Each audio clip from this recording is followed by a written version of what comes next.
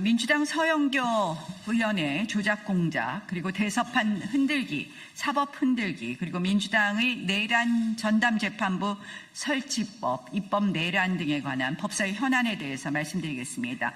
서영교 부승찬 제보 조작과 대선 흔들기를 보면 굉장히 재밌습니다. 2025년 5월 1일 대법원 전원합의체가 이재명 후보의 공직선거법 위반 사건 상고심에서 유죄 취지 파기환송 판결했습니다.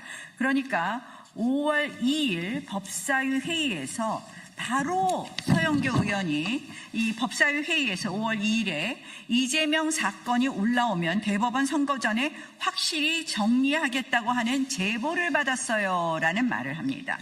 그리고 나서 5월 10일 유튜브 열린공감TV가 취재 첩보원의 제보라고 하면서 조이대 상인회동 제보 음성 자료를 처음 공개합니다. 그리고 5월 14일 서영교 의원은 국회 법사위 전체 회의에서 이 음성을 그대로 틀면서 제보를 받았는데 윤석열 탄핵 이후에 상인회동을 했다. 이게 사실인지 모르겠지만 이런 내용이 들어있지 않습니까? 녹취록 나와 있잖아요 하면서 녹취록을 재생합니다. 자, 이제 엊그저께는 민주당 부승찬 의원이 대정부 질문에서 같은 의혹을 제기하면서 그 자체를 사실인 것처럼 국민을 속이고 있습니다. 그런데 원출처 유튜브 영상조차에도 이렇게 돼 있어요. 믿거나 말거나이지만 실제로 많은 관련자들이 얽히고 설킨 풍문, 밝힐 수 없는 취재원과 제보자들의 진술을 토대로 만들고 있다. 한마디로 그냥 시장에서 나오는 얘기 갖고서 그냥 만든 거다 하는 허위 선동을 서슴지 않는 그런 녹취록이었습니다. 그런데 그것을 들고 법사위 회의장에서 틀어주고 그러면서 지금 5개월간 아무런 추가 증거를 제시하지 않고 조이대 대법원장 축출을 위한 녹취 공작을 계속하고 있습니다. 이거는 시점부터 보면은 첫 번째는 대서판 흔들기고, 그래서 그것은 김대호 병풍 공작 시즌2, 청담동 술자리 괴담 시즌2라고 할 것입니다.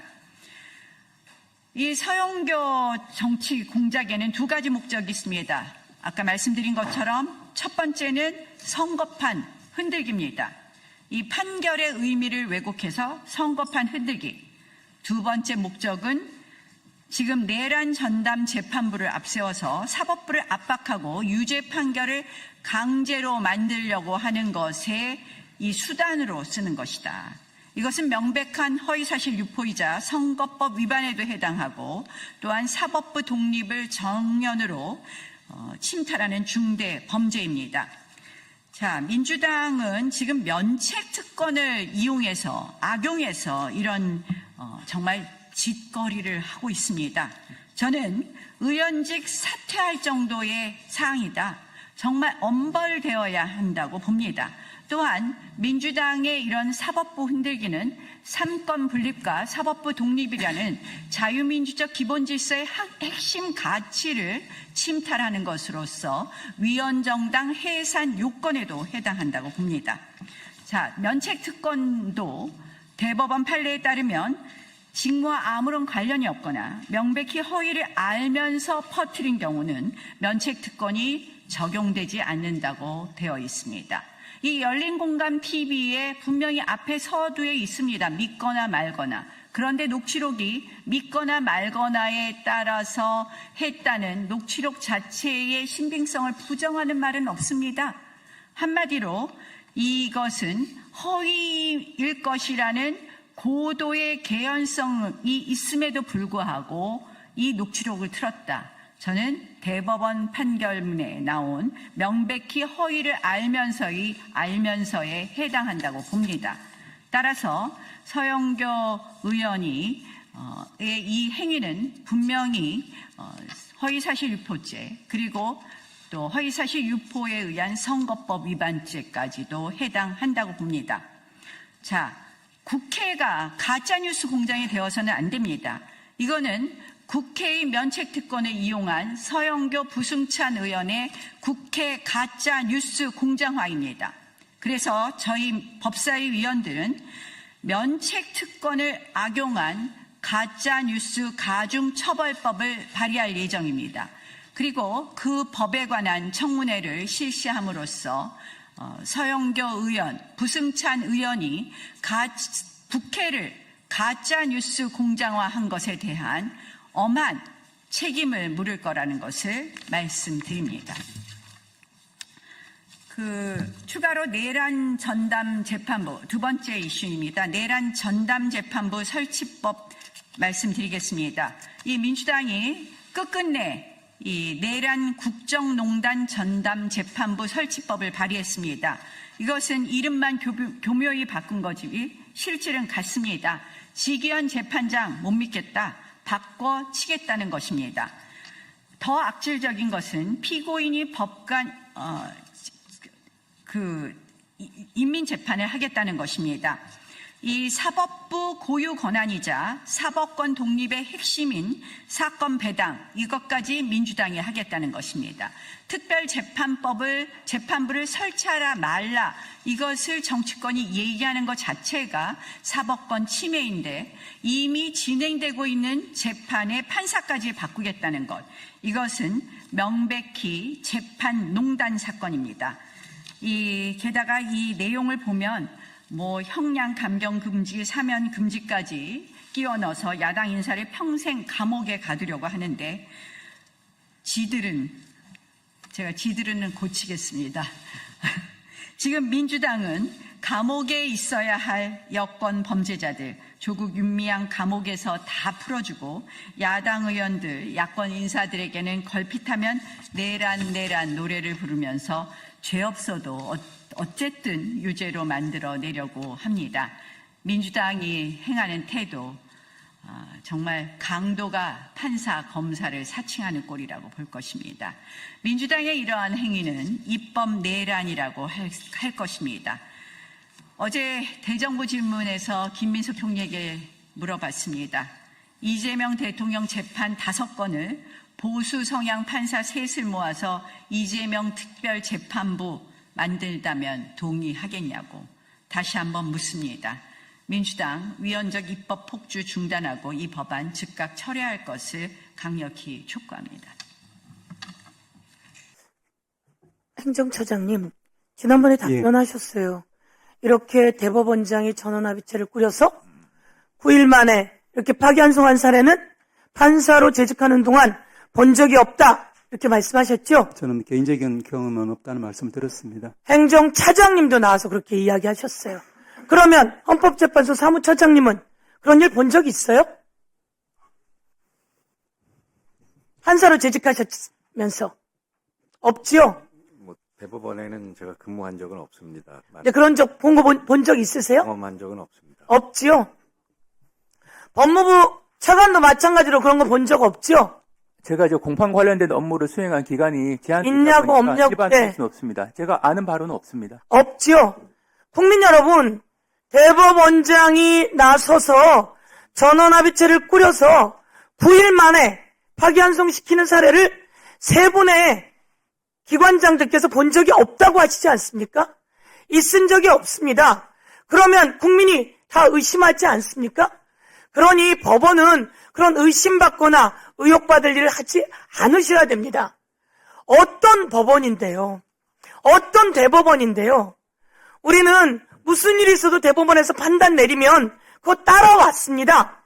제가 이야기하지만 우리는 법의 지배를 받는다고 하지만 법관의 지배를 받는 게 아닙니다.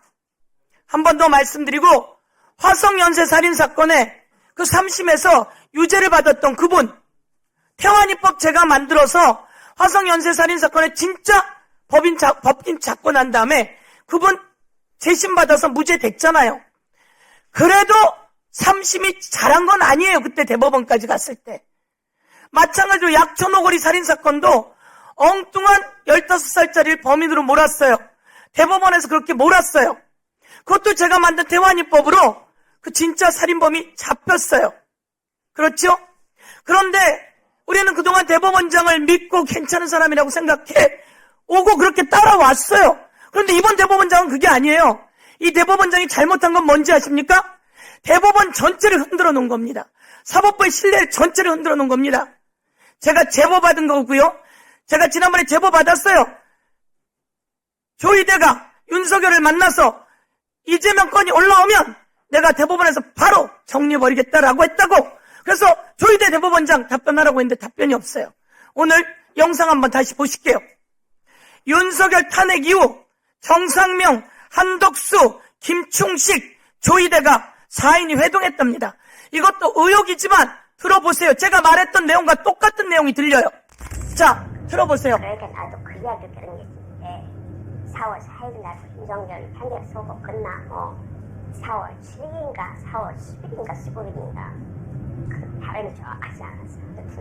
그때 지금 조희대 대법원장하고 정상위원장하고 그 다음에 김충식이하고 한덕수하고 그렇게 4명이 점심을 먹었다 이러지. 그 자리에서 조희대로 그런 말을 했다는 거야. 이재명 사건 대법원에 올라오면 대법원에서 처리해서 알아서 처리한다. 그런 얘기 했더랬어요. 그리고 그 내면 상에 나오는 다음 동료는 내 압제를 할 수 있는 사람은 못다. 이렇게. 저는 이 내용은 나중에 들었어요. 제가 제보받은 것은 아주 고위직에 있던 사람이 윤석열과 조희대가 만나서 한 얘기, 조희대 왈, 이재명 사건이 대법원에 올라오면 바로 처리하겠다라고 했다는 얘기를 우리 쪽 의원에게 얘기했고, 그런 얘기를 제가 또한 제보를 받고 이런 과정이 있었는데 이 내용을 똑같이 정상명, 한덕수, 김충식, 조희대, 이게 사실인지는 모르겠으나 이 내용이 있지 않습니까?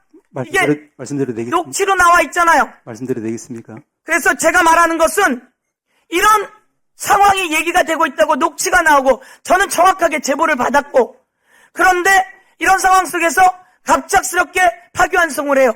이게 말이 됩니까? 그리고 저희가 물었잖아요. 제가 질문하고 난 다음에 답변하세요. 6만 아니 7만 페이지에 달하는 기록을 봤느냐? 그랬을 때 처장님 뭐라 그랬어요? 어떻든 전자문서로라도 봤다고 합니다 라고 했던 거 아닙니까? 그런데 제가 받은 답변에는 뭐라고 왔어요? 우리 그런 거 안 봐요. 우리는 파기환송한 상고 이유서와 그 법률 판단을 봅니다. 이렇게만 이야기했단 말이에요. 이러면 이 중차대한 거에서 대법관들이 기록을 안 본다고 당당히 이야기하는데 말이 되겠습니까? 조희대 대법원장이 이름값을 한 희대의 제보 내용을 접했기 때문입니다.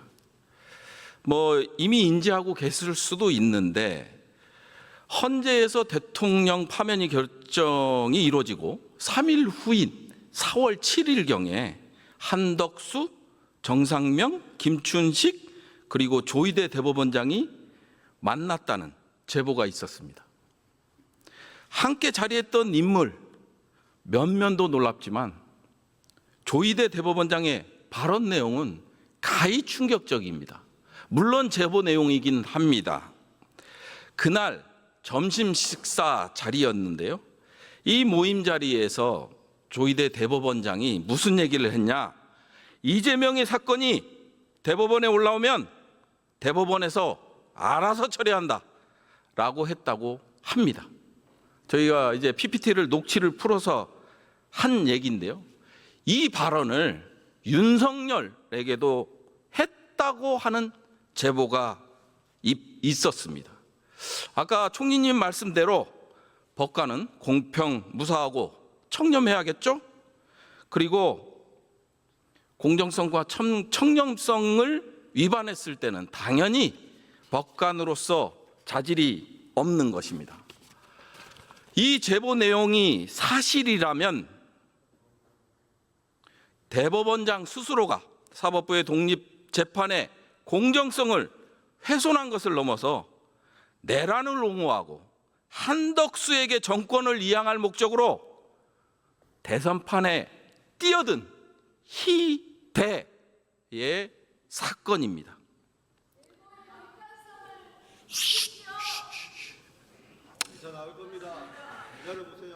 사법부의 신뢰가 무너졌다고 보여집니다.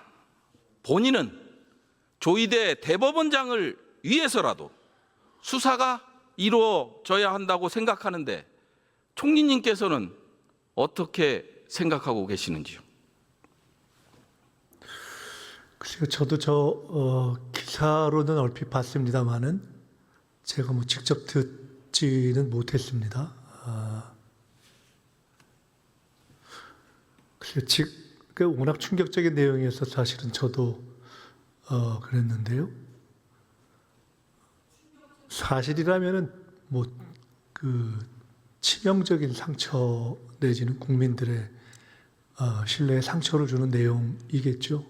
그래서 글쎄요, 제가 이거 사실이라면 이렇게 가정하기보다도 진위가 정확히 밝혀지는 것이 좋겠다 하는 생각이 드네요. 저희가 5월 1일 날 이재명 사건 회부 9일 만에 유죄 취지로 파기환송된 거 아시죠? 대법원 창립 이래 이런 일이 없습니다. 9일 만에. 근데 파기환송하자마자 그 소식을 들은 한덕수가 어떤 짓을 했습니까? 대선에 나가겠다고 선언을 합니다. 우연이라고 치기에는 너무도 합리적인 의심이 들지 않습니까? 이런 점들을 고려해서 반드시 조희대 대법원장도 수사해 주길 바랄 겁니다. 억울하면. 그래서 반드시 수사를 해야 된다라는 생각을 가지고 있습니다. 결국 외부의 힘을 빌어 개혁을 할 수밖에 없습니다. 법원 스스로 내부의 목소리에 귀 기울여 사법개혁의 길에 동참해야 할 것입니다. 어제 대정부 질문 과정에서 민주당 부승찬 의원의 충격적인 의혹 제기가 있었습니다. 이 의혹 제기에 대해서 조희대 대법원은 출근 퇴근에 기자들의 질문을 피하고자 마치 언론을 입틀막 하듯 출퇴근 촬영을 불허한다고 발표했습니다. 이 무슨 해괴한 발표입니까? 법원 노조에서도 드디어 못 참고 성명을 내고 있습니다. 지금 여당이 밀어붙이고 있는 사법개혁에 많은 국민이 호응하고 있고 법원은 개혁의 주체가 아니라 개혁의 대상으로 전락했다고 법원 노조는 탄식하고 있습니다. 이번 사태가 여기까지 이르게 된 것은 대법원장이 비상식적인 절차를 통해 선고한 대통령 후보에 대한 파기환송이 결정적인 원인이라고 지적했습니다. 형사소송법을 어겨가며 내란 우두머리 혐의로 재판받고 있는 윤석열을 풀어준 지기현 부장판사의 구속 취소 결정은 불신의 시작점이 되었다고 또 지적하고 있습니다. 조희대 대법원장은 검찰총장 시절의 윤석열과 점점 닮아가고 있다고도 지적하고 있습니다. 자, 그러면 조희대 대법원장은 어떻게 하시겠습니까? 부승찬 의원의 의혹 제기가 만약 사실이라면 국민 여러분, 조희대 대법원장을 어떻게 해야 하겠습니까? 조희대 대법원장 스스로 언론인들의 입을 틀어막고 귀를 틀어막을 것이 아니라 스스로 답할 때가 되었습니다. 내란 특검은 이 제기된 충격적인 의혹에 대해서 수사해야 합니다. 조희대 대법원장에 대한 사퇴 요구가 봇물 터지듯 빗발치고 있습니다. 존경받아야 할 사법부의 수장이 이렇게 정치적 편향성과 알 수 없는 의혹 제기 때문에 사퇴 요구가 있는 만큼 대법원장의 직무를 계속 수행하기에는 매우 부적절해 보입니다. 본인의 명예를 그나마 유지할 수 있는 길이 무엇인지 현명하게 판단해 보시기 바랍니다. 민주당은 흔들림 없이 좌고면하지 않고 비타협적으로 사법개혁의 고삐를 결코 늦추지 않고 뚜벅뚜벅 사법개혁의 길로 가겠습니다. 국민 여러분 함께해 주시기 바랍니다. 감사합니다. 네, 이상 모두 발언을 마치고 당대표